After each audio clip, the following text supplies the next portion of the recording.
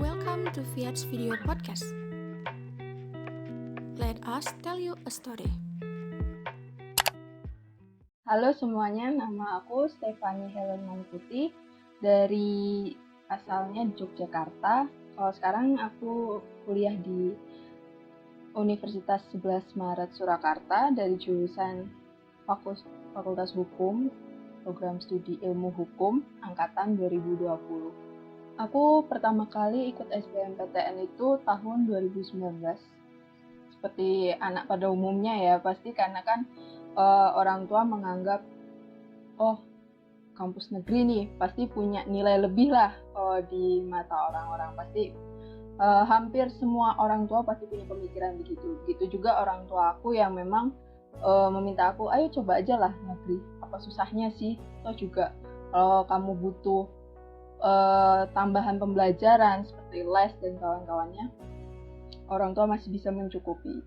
Jadi pada awalnya itu aku nggak mau disuruh masuk negeri, karena bukan karena negeri itu di mataku tidak berharga ya, tapi karena jurusan yang aku mau itu tidak direstui sama orang tua. Jadi mereka punya pilihan sendiri untuk aku, walaupun memang tujuannya bagus ya, supaya masa depan aku lebih terarah dan segala macamnya, dan mungkin mereka merasa, oh ini yang terbaik buat aku. Tapi di akunya sendiri tuh kayak merasa, apa ini kok tiba-tiba aku didikte seperti ini, kenapa? Jadi waktu awal-awal 2019 itu SBMPTN justru jadi mimpi buruk buat aku sih. Dan bukan pilihanku, itu pilihan orang tua. Seperti anak pada umumnya aja ya aku persiapan waktu itu. Jujur, karena aku dari jurusan bahasa dan memang akan menuju ke bahasa juga, pada waktu itu aku mengincar sastra Inggris. Jadi memang persiapannya lebih pada mata pelajaran yang diujikan di soshum gitu. Karena kan memang harusnya di soshum. Ada geografi, sejarah, dan segala macamnya, dan itu harus dipersiapkan dalam waktu kurang dari 1 tahun. Itu jujur rasanya khawatir, takut, dan gimana ya, ada perasaan yang tidak bisa tergambarkan di situ, karena anak-anak lain yang bisa dapat mata pelajaran itu di 3 tahun belum tentu bisa menguasai betul gitu. Apalagi aku yang cuman harus menguasai semua itu dalam waktu kurang dari setahun gitu. Terbayang aja rasa beratnya kayak gimana.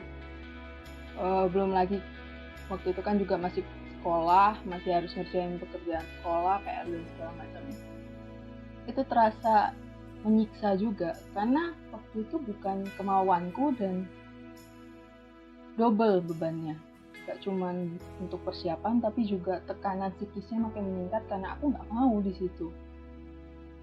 Dan persiapannya itu jadi kurang maksimal kalau menurut aku. Aku jadi ogah-ogahan untuk ikut les, terus juga mata pelajaran yang seharusnya aku hafalin dengan maksimal itu juga nggak aku lakuin sesuai dengan saran tentorku waktu itu.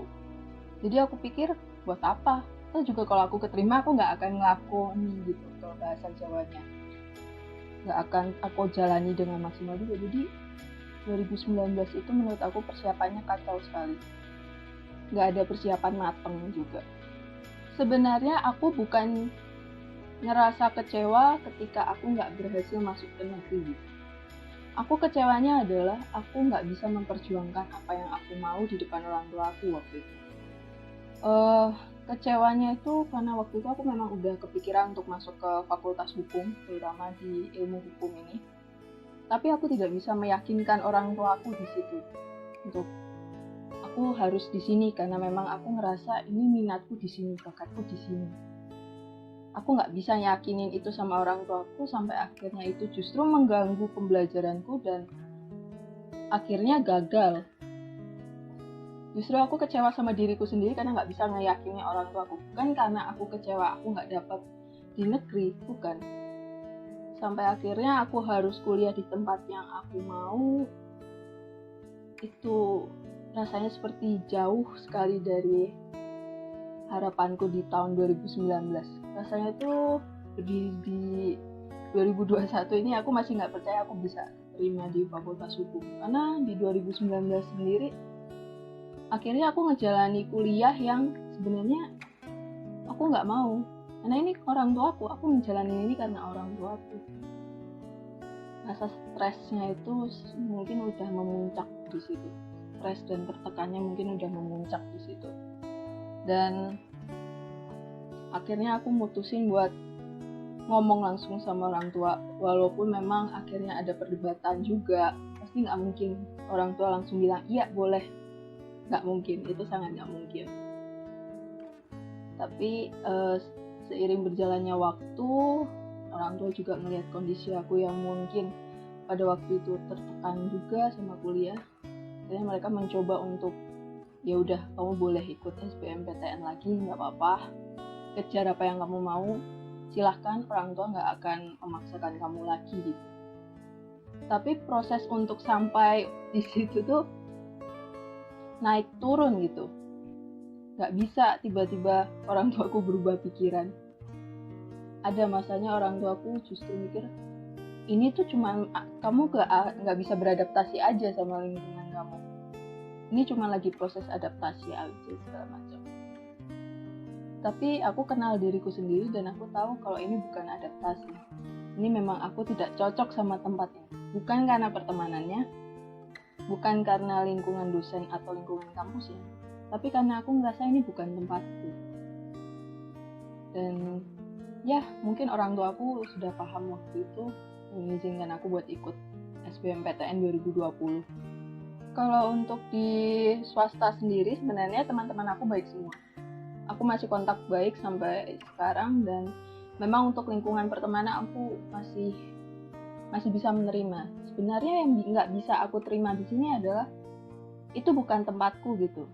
Aku nggak bisa ngejalanin ini karena emang bukan passionku di situ, bukan bakatku gitu untuk masuk di sastra Inggris. Karena ketika seseorang itu memang lagi masa beradaptasi dan mereka sudah berusaha untuk beradaptasi dan akhirnya berhasil gitu, itu bisa dibilang ada perasaan senangnya. Tapi beda waktu itu rasanya. Aku udah berusaha buat ya bermain lah sama teman-teman yang nongkrong sana sini, terus juga tukar pikiran sama mereka kayak gimana ya baiknya belajar itu bahasa Inggris, karena aku justru mengalami kesulitan banget waktu itu, entah itu di grammar, entah itu segala macam. Aku sangat kesulitan dan aku sudah mencoba untuk mengikuti saran dari mereka dan mereka sudah mencoba untuk membantu aku, yang berarti mereka adalah teman-teman yang baik juga buat aku karena mereka udah bantu aku belajar. Tapi tetap gak berhasil. Aku stuck di titik itu aja, gak bisa berkembang lebih jauh untuk bahasa Inggrisku. Bukan karena aku malas belajar, tapi memang menurut aku kemampuan aku bahasa Inggris udah maksimalnya di sini. Kalau aku paksain lebih jauh, justru malah drop.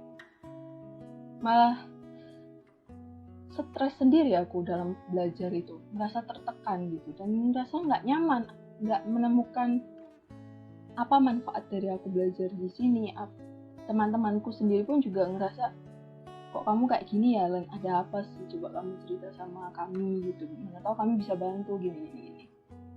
Dan menurut aku mereka adalah teman-teman yang baik, bukan karena lingkungan pertemananku yang buruk di Sanata Dharma atau di perguruan tinggi lainnya, enggak. Mereka sangat baik sama aku. Yang memang aku nggak bisa beradaptasi adalah sama mata kuliahnya. Dan rasa itu bukan tempatku. Kalau tercatat sebagai mahasiswi aktifnya, aku satu semester itu aku masih tercatat sebagai mahasiswi aktif di Sanata Dharma jurusan sastra Inggris. Itu aku masih aktif tercatat. Tapi untuk mengikuti perkuliahannya aku kurang lebih hanya 2-3 bulan. Kurang lebih hanya segitu untuk mengikuti kelas offline-nya itu. Karena memang nggak kuat aja karena bukan tempatku di situ. Jadi ketika masuk kelas itu rasanya nggak kuat aja. Jadi aku jarang masuk kelas juga. Gap year itu sebenarnya buat aku pribadi itu justru sebagai waktu untuk memikirkan aku mau kemana sih, aku mau ke arah mana sih. Masa aku mau luntang-lantung gini aja gitu karena gagal di satu hal. Masa sih aku ketika kuliah nanti akan ngikuti kemauan mereka terus tanpa mereka tahu sebenarnya aku maunya apa gitu. Karena aku tipe anak yang nggak rebel gitu untuk masalah akademis. Tapi untuk kali ini aku ngerasa aku harus ngomongin ini deh. Karena kalau kayak gini terus, tahun depan aku cari kuliah akan seperti ini lagi. Dan akhirnya bener, di tahun-tahun gap year itu aku berusaha buat ngomong sama orang tua aku mau aku kayak gimana, coba diskusi, coba berdebat, walaupun memang alot banget di situ. Ya, pada akhirnya mereka setuju. Dan akhirnya aku juga diizinkan untuk ikut bimbel gitu untuk persiapan SBMPTN juga. Cuman yang paling aku ingat di gap year itu selain mempersiapkan secara materi dan akademis, mempersiapkan mentalku juga untuk menghadapi SBMPTN. Karena pilihannya itu cuma dua, kamu berhasil masuk atau kamu gagal lagi. Dan di situ aku selama gap year mempersiapkan mental aku buat dua hal. Buat yang terburuk sama buat yang terbaik. Jadi ketika aku dapat hasil yang terburuk sekalipun, aku nggak akan jatuh lagi mentalnya. Dan ketika aku mendapatkan hasil yang aku mau, hasil terbaikku, aku nggak akan ngeremehin orang lain dan jadi orang yang sombong. Jadi di gap year itu aku banyak banget belajar, terutama ketemu sama orang-orang yang memang punya nasibnya sama kayak aku, sepenanggungannya sama-sama anak gap year, kita saling tukar cerita. Dan aku ngerasa aku nggak sendiri, ada kok orang-orang yang juga ngerasain hal yang sama kayak aku, juga sempat ngerasa jadi beban keluarga karena aku nggak kuliah segala macam. Tapi setelah aku pikir lagi, aku ada temennya kok, aku nggak sendiri, aku punya circle yang membantu aku buat maju. Jadi masa-masa susahnya gap year itu aku bisa lewati karena memang keluargaku support, teman-temanku juga support aku. Itu sih yang paling aku ingat untuk gap year.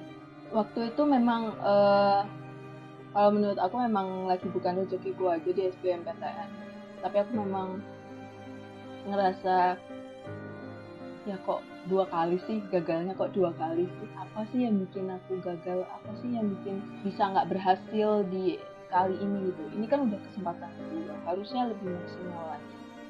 Ditambah waktu itu juga kan sistem SBMPTN itu berubah karena adanya pandemi gitu. Tuh awal pandemi sistem SBMPTN berubah. Semua hal yang aku pelajari di 2019, di awal 2020 sampai ke menjelang SBMPTN itu juga banyak hal yang sebenarnya berubah dan itu mempengaruhi hasilnya juga. Jujur aku ngerasa kecewa karena biar gimana aku sudah ngasih yang terbaik di tahun itu, aku udah harus ngerelain tahun-tahun itu di sastra Inggris juga untuk ngambil SBMPTN. Tapi kenapa hasilnya justru kayak gitu? Pernah mempertanyakan itu juga. Dan bahkan pernah di titik, ini Tuhan kemana sih? Aku udah sampai doa loh. Aku bahkan udah doa novena, keluarga itu juga udah bantu support aku secara doa juga. Dan aku sudah memberikan hasil yang maksimal dalam belajar. Orang bilang usaha dan doa adalah kunci sukses. Tapi buat aku di SBMPTN waktu itu nggak ada hasilnya sama sekali gitu. Doa sudah maksimal, usahaku juga udah ampun-ampunan, bahkan aku pernah sehari itu tidur cuma 2 jam itu pernah. Cuma untuk persiapan SBMPTN, tapi kok hasilnya seperti ini gitu. Aku ngerasa di situ sedih, kecewanya juga mungkin 2 kali lipatnya dari 2019 gitu. Cuman di situ aku diingetin lagi sama ibu, kamu kalau mau kayak gini terus, ya udah, tahun depan kamu akan ngalami hal kayak gini lagi. Mau sampai kapan hidupmu di sini-sini aja? Ini levelmu nggak naik terus. Ini nggak ada upgrade dalam hidupmu gitu. Kalau kamu akan stuck di sini, masih banyak peluang, kamu masih bisa bangun. Masih ada jalur mandiri. Kalau memang kamu benar-benar ngincar di negeri, ambil semua jalur mandiri yang kamu bisa. Ambil, coba semua.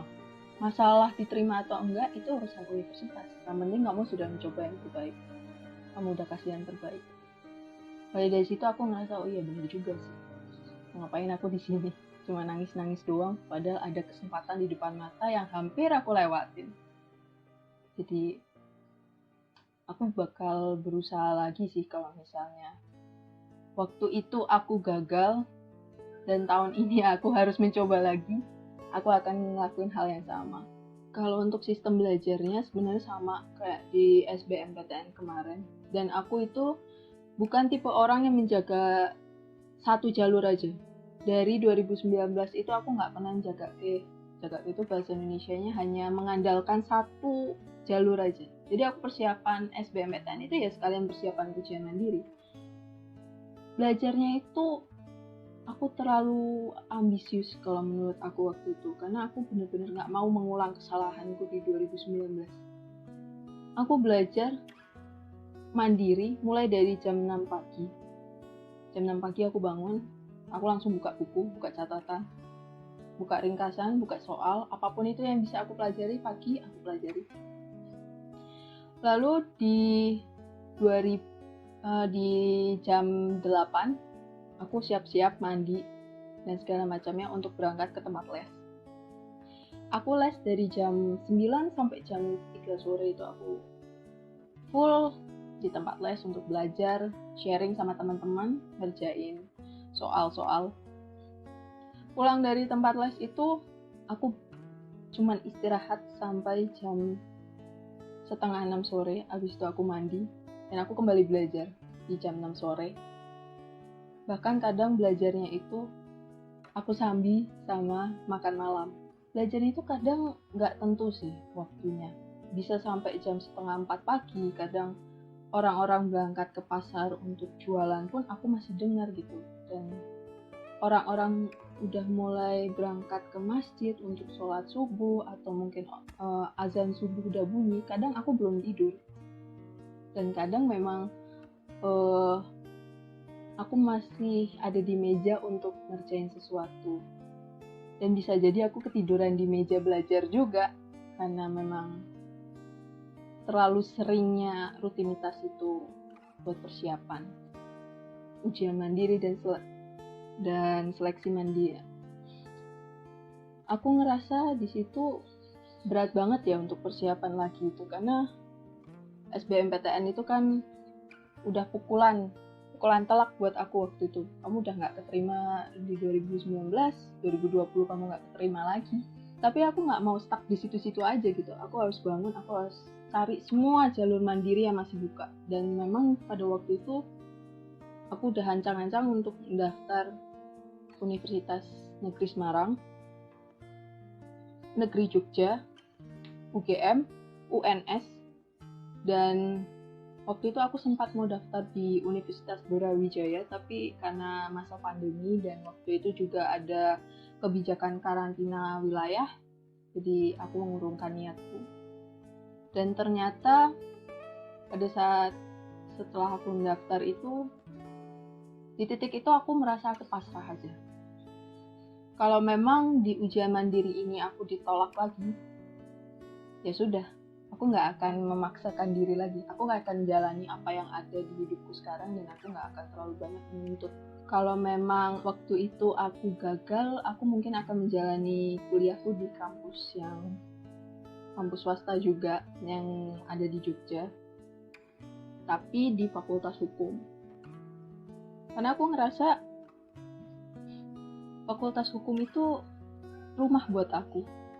Di situ aku bisa ngembangin diri untuk berdebat dan segala macamnya, belajar hukum, dan aku ngerasa itu nyaman sekali untuk aku.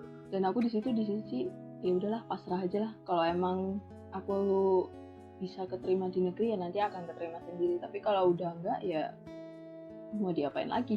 Jadi sambil nunggu seleksi mandiri itu, kebetulan kampus swasta yang aku daftar sebagai pilihan keduaku itu sudah mulai perkuliahan. Jadi ketika aku nunggu, aku sambil kuliah, dan ternyata ketika aku kuliah itu pengumuman seleksi mandiri keluar, dan puji Tuhannya aku diterima di Fakultas Hukum Universitas 11 Maret di Prodi S1 Ilmu Hukum. Yang bisa bikin aku bersyukur sampai di titik ini adalah aku bisa memperjuangkan mimpi-mimpi aku. Karena jujur, aku pernah waktu masih kecil bilang sama orang tua aku pengen jadi jaksa mah, aku pengen jadi jaksa pak, aku pengen jadi jaksa pak deh, bude. Tapi di 2019 ternyata aku nggak bisa memperjuangkan itu sama orang tuaku. Dan sekarang aku bisa berhasil meyakinkan mereka dengan aku kuliah di tempat yang aku mau, hasilnya juga tidak mengecewakan mereka gitu, dan mereka terlihat bahagia gitu dengan pilihan anaknya. Dan keluargaku juga ngerasa, oh ya udah, anak ini udah menemukan tempatnya, nggak ada yang perlu dikhawatirkan lagi gitu. Yang aku syukuri adalah aku bisa memperjuangkan mimpiku, dan aku bisa ngelihat senyum bangga orang tuaku. Itu yang bikin aku bersyukur sampai sekarang bisa di titik ini. Oke, kalau dari aku sendiri, buat teman-teman semua yang masih harus menghadapi ujian mandiri, SBMPTN, atau mungkin tahun ini kalian harus menjalani gap year, gak ada yang salah dari pilihan kalian. Kalau kalian memang ingin mengejar apa yang kalian mau, ya kejar itu terus. Akan selalu nemu rintangan di semua jalan yang kalian pilih, termasuk jalan yang kalian yakini itu udah bener gitu. Kalian akan selalu menemukan itu. Tapi gimana caranya kalian bisa struggle di situ tanpa harus menyiksa diri kalian sendiri?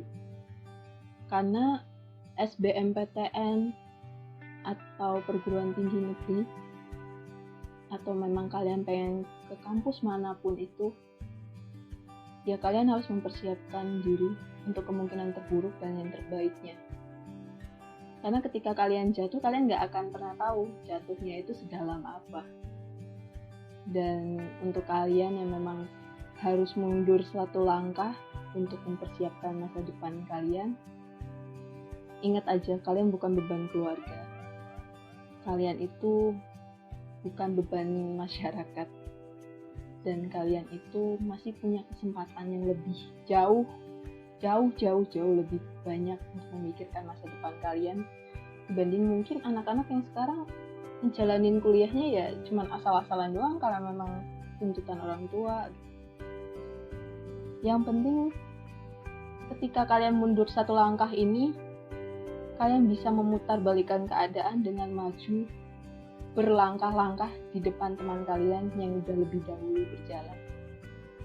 Mungkin aku cukup sampai di sini ceritanya. Lain kali kita bisa ngobrol bareng-bareng lagi. Nama aku Stephanie Helen dari Fakultas Hukum Universitas 11 Maret. Ayo teman-teman yang masih berusaha untuk SBMPTN, kalian pasti bisa, kalian pasti mampu. Yakin aja sama diri kalian sendiri. Sampai jumpa lagi.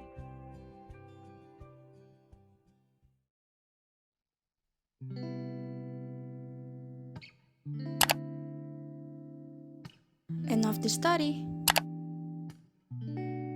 Jangan lupa saksikan episode selanjutnya setiap hari Minggu pukul 5 sore hanya di channel YouTube Fiat TV dan juga Spotify Fiat TV. Fiat, karyaku untukmu.